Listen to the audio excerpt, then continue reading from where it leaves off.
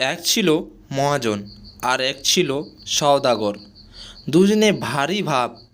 একদিন মহাজন এক থলি মোহর নিয়ে তার বন্ধুকে বলল, ভাই, কদিনের জন্য শ্বশুরবাড়ি যাচ্ছি, আমার কিছু টাকা তোমার কাছে রাখতে পারবে? সওদাগর বলল, পারবো না কেন? তবে কি জানো, পরের টাকা হাতে রাখা আমি পছন্দ করি না।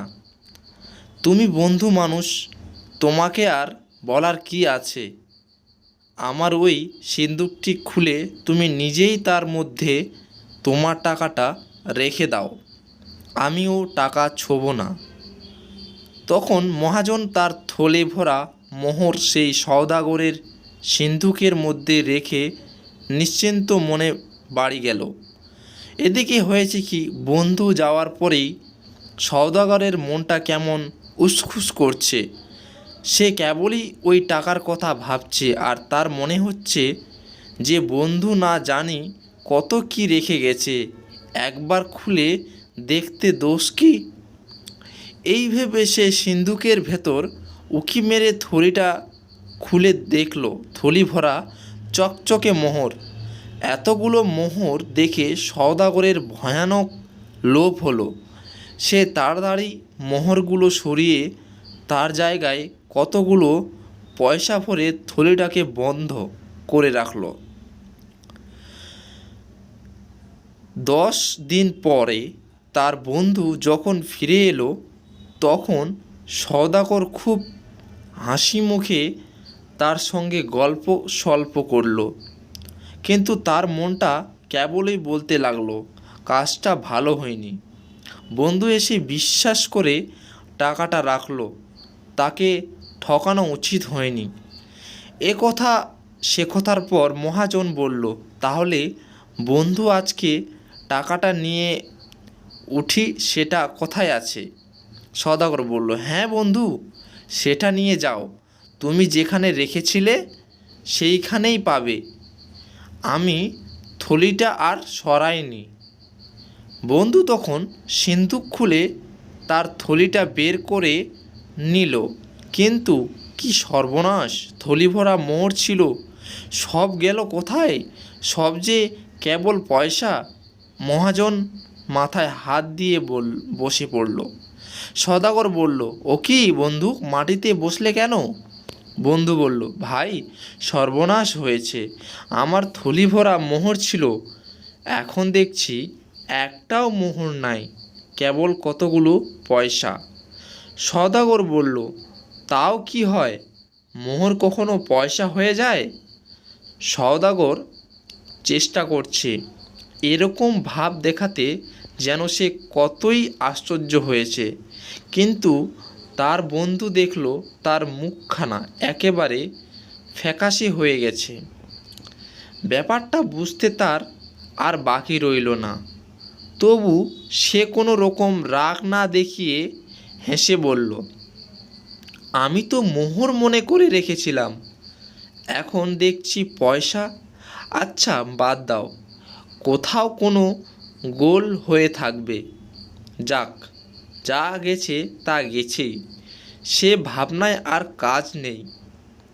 এই বলে সে সওদাগরের কাছে বিদায় নিয়ে পয়সার থলি বাড়িতে নিয়ে গেল। সওদাগর হাঁপ ছেড়ে বাঁচল। 2 মাস পরে হঠাৎ একদিন মহাজন তার বন্ধুর বাড়িতে এসে বলল, বন্ধু, আজ আমার বাড়িতে পিঠে হয়েছে, বিকেলে তোমার ছেলেটিকে পাঠিয়ে দিও। বিকেলবেলা সওদাগর তার ছেলেকে নিয়ে মহাজনের বাড়িতে রেখে এলো আর বলল, সন্ধ্যার সময় এসে নিয়ে যাব। মহাজন করল কি, ছেলেটার পোশাক বদলিয়ে তাকে কোথাও লুকিয়ে রাখলো, আর একটা বাদরকে সেই ছেলের পোশাক পরিয়ে ঘরের মধ্যে বসিয়ে দিল। সন্ধ্যায় সময় সওদাগর আসতেই তার বন্ধু এসে মুখখানা হাঁড়ির মতো করে বলল, ভাই, একটা বড় মুশকিলে পড়েছি।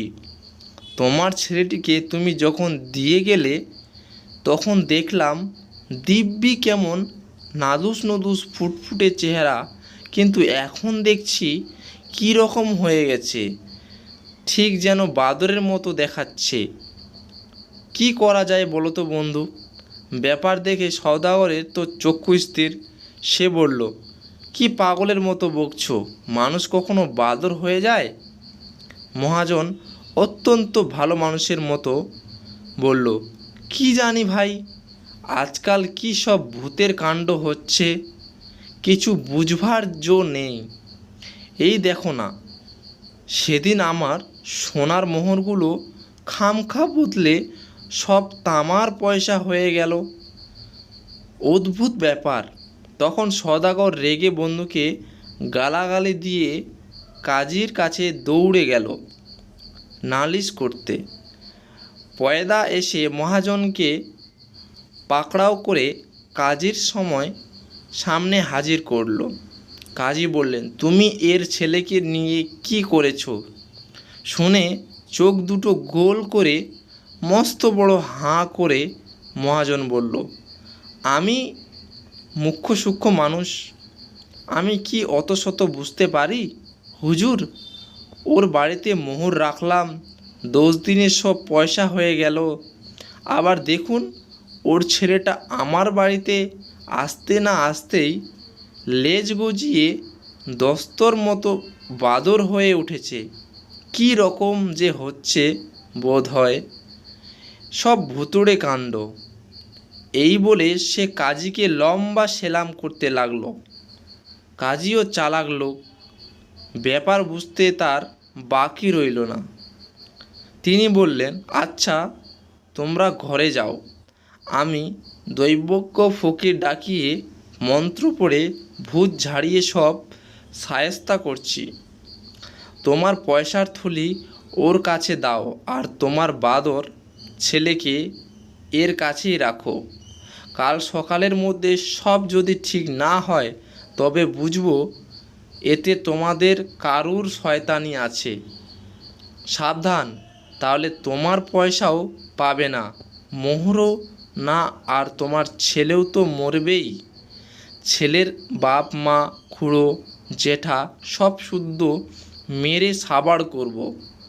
সওদাগর পয়সার থলি সঙ্গে নিয়ে ভাবতে ভাবতে ঘরে চলল। মহাজন বাদর নিয়ে হাসতে হাসতে বাড়ি ফিরল। ভোর না হতেই সওদাগর থলির মধ্যে আবার মোহর ভরে মহাজনের বাড়ি গিয়ে বলছে, বন্ধু বন্ধু, কি আশ্চর্য, দেখে যাও, তোমার পয়সাগুলো আবার মোহর হয়েছে। মহাজন বলল, তাই নাকি? কি আশ্চর্য! এদিকে সেই বাদরটাও আবার তোমার খোকা হয়ে গেছে।